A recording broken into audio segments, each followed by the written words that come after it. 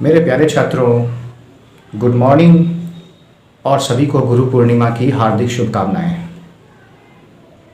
गुरुर् ब्रह्मा गुरुर् विष्णु गुरुर्देवो महेश्वरः गुरु साक्षात परम ब्रह्म तस्मै श्री गुरुवे नमः। हमारी पुरानी भारतीय संस्कृति सदा से और सदियों से अपने जीवन में गुरुओं के महत्व को जगह देती हुई आई है और ये आज जो गुरु पूर्णिमा का त्यौहार मनाया जाता है, सदियों से हमारी भारतीय संस्कृति में इसकी परंपरा रही है। इसके पीछे एक बहुत ही पवित्र उद्देश्य है कि हम इस दिन में अपने गुरुओं के प्रति श्रद्धा, समर्पण और कृतज्ञता का भाव प्रकट करते हैं। वास्तविकता तो यही है, सदियों से हमारी संस्कृति कहती आई है कि हम गुरु का ऋण, माता पिता का ऋण पूरा नहीं कर सकते, इसलिए हम कृतज्ञता का भाव प्रकट कर सकते हैं। और हमारे धन्य है हमारी पुरानी संस्कृति, जिन्होंने गुरुओं को इतना आदर और इतना सम्मान देने के लिए गुरु पूर्णिमा जैसे त्योहारों का सृजन किया है। और जो मैं बातें आज आपके पास रख पा रहा हूँ, तो आप ये समझ लें कि मेरे किसी न किसी दयालु गुरु की कृपा से ये मुझे प्राप्त हुआ है। इसलिए मैं सबसे पहले अपने सभी गुरुओं को विनम्र भाव से गुरु पूर्णिमा की शुभकामनाएं और अपने जीवन में सभी सकारात्मक पहलुओं को उजागर करने के लिए एक कृतज्ञ भाव प्रकट करता हूँ।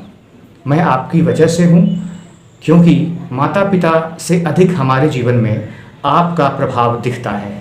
माता पिता ने मुझे जन्म दिया है, हम सबको जन्म दिया है, लेकिन इस मानव जीवन में हमें उपयोगी बनाने वाला, हमें अपने आप में सकारात्मक बनाने वाला, वो सिर्फ आपके प्रयास से संभव हुआ है। इसलिए गुरु पूर्णिमा आपके प्रति कृतज्ञता प्रकट करने का एक बहुत बड़ा माध्यम है। तो मेरे छात्रों और मेरे अजीज सुनने वालों, मेरे शुभचिंतकों, मेरे दोस्तों, मैं बहुत बड़ा गुरु या बहुत बड़ा जानकार तो नहीं हूँ, लेकिन अपने गुरुओं द्वारा दिए हुए छोटे से ज्ञान को आपके सामने बांटने की कोशिश कर रहा हूँ। एक श्लोक है हमारी संस्कृति में कि विद्या धनात् विनयम विनयाद् याति पात्रतां पात्रत्वाद् धनमापनोति धनाद् धर्मम ततः सुखम। इसका तात्पर्य यह है कि विद्या हमें विनय देती है, यानी बात करने का सलीका देती है।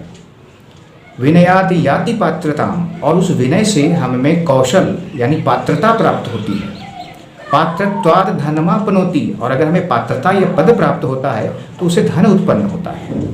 और धनाद धर्मम, और उस धन से धर्म पैदा होता है। और ततः सुखम, और उसके बाद सुख हमें प्राप्त होता है। तो आपने देखा इस श्लोक में पूरी तरह से व्याख्या कर दी गई है कि सुख जो एक अंतिम चरण है, एक आदमी की अंतिम इच्छा है, उसका सृजन कहाँ से हो रहा है? विद्या से। विद्या से होते होते वो अंततः सुख के प्राप्ति का एक साधन बना। हमने जो ये शुरुआत की विद्या से, और सारा उसकी मूल कह सकते हैं, हमारे सुख का मूल साबित हुआ कि यह विद्या है, तो वो विद्या देने वाला जो हमारा गुरु है वो हमारे लिए वंदनीय नहीं तो क्या होगा? आप इस बात का गौर कर सकते हैं कि आपके जीवन में जितनी भी आसानियां हैं और आप अपने जीवन में जिस कौशल को भी अर्जित करके अपने जीवन को अच्छे तरीके से गुजार रहे हैं, तो उसमें किसी न किसी रूप में किसी न किसी गुरु का इन्वॉल्वमेंट अवश्य है। अब एक छोटी सी चर्चा में एक कंपैरिजन करना चाहूँगा। ये गुरु पूर्णिमा गुरुओं के प्रति आभार व्यक्त करने का साधन है, तो ये टीचर्स डे भी कुछ इसी प्रकार का ओकेजन है। तो दोनों में मूलभूत अंतर क्या है और हम दोनों को कैसे अलग अलग रूप में देख सकते हैं? सबसे पहली बात, जब हम दोनों के बीच तुलना करते हैं कि गुरु पूर्णिमा और शिक्षक दिवस, तो उसमें सबसे पहली बात आती है कि गुरु पूर्णिमा हमारी भारतीय संस्कृति की सदियों से चली आ रही परंपरा है और गुरुओं के प्रति हमारे पुराने समय से संस्कृति में चले आ रहे आभार की भावना को व्यक्त करता है।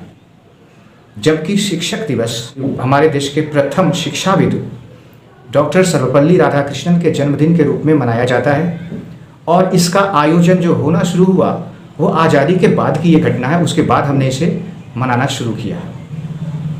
दूसरे की तरफ आएंगे, पॉइंट की तरफ, जो इसमें मूलभूत अंतर है। वो मूलभूत अंतर ये है कि हमारी गुरु पूर्णिमा का जो कॉन्सेप्ट है वो हमारे स्क्रिप्चर्स में गुरु के हर रूप के लिए है। वो किताबी नॉलेज देने वाले, स्कूल में पढ़ाने वाले, कॉलेज में पढ़ाने वाले टीचर्स और शिक्षकों तक सीमित नहीं है। ये गुरु की परंपरा धनुर्विद्या से लेकर के आपको किसी ने अगर एक छोटा सा चीज़ भी सिखाया हो और जिसकी वजह से आपके जीवन में परिवर्तन आया हो, तो उन सभी गुरुओं को इस दायरे में लाती है, आभार के दायरे में लाती है। लेकिन शिक्षक दिवस आजकल एक स्कूली कार्यक्रम बनकर रह गया है और हम वास्तविकता में शिक्षक दिवस को शिक्षकों के लिए गिफ्ट दे करके और उनके लिए उपहारों की बरसात करके हम अपने कर्तव्यों की तीसरी मानने लगे हैं। जबकि गुरु पूर्णिमा में किसी प्रकार के उपहार की आवश्यकता नहीं होती, बस उनके प्रति आभार व्यक्त करना दिल से, ये आवश्यक है।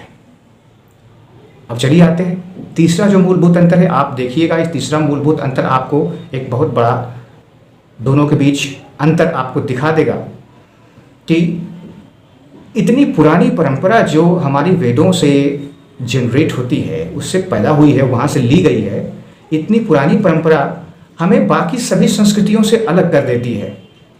बाकी किसी संस्कृति में गुरुओं के प्रति इतना सम्मान और इतना आदर का भाव हमें सभी संस्कृतियों से अलग करता है।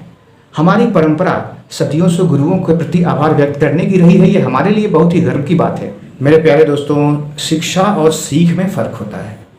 शिक्षा वो है जो आप किसी के पास बैठकर, उसके सन्निकट बैठकर ग्रहण करते हैं, वो शिक्षा है।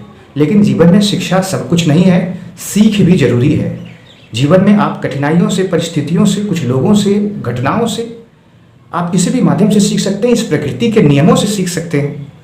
तो ये प्रकृति भी हमारी गुरु है। हम इस प्रकृति के प्रति भी अपनी भावना प्रकट करने के लिए गुरु पूर्णिमा का प्रयोग कर सकते हैं। प्रकृति या कोई व्यक्ति या कोई परिस्थिति या कोई घटना जो भी हमें कुछ सीख दे जाती है, वो हमारे लिए एक गुरु है।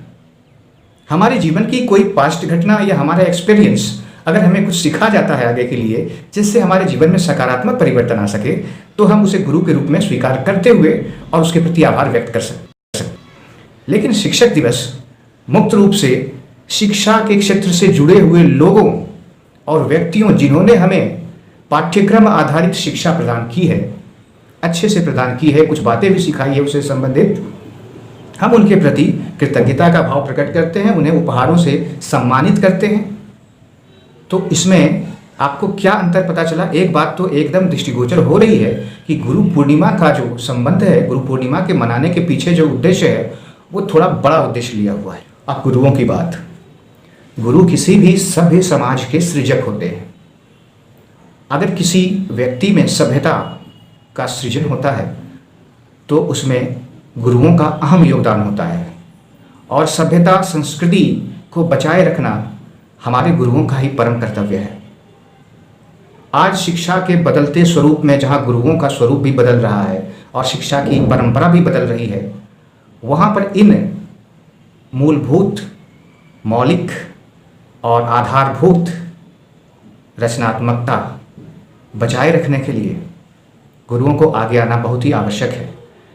इतने सारे प्रोफेशन हैं हमारे समाज में, हमारे देश में, लेकिन एक शिक्षक होना आज ही वंदनीय है और होना भी चाहिए।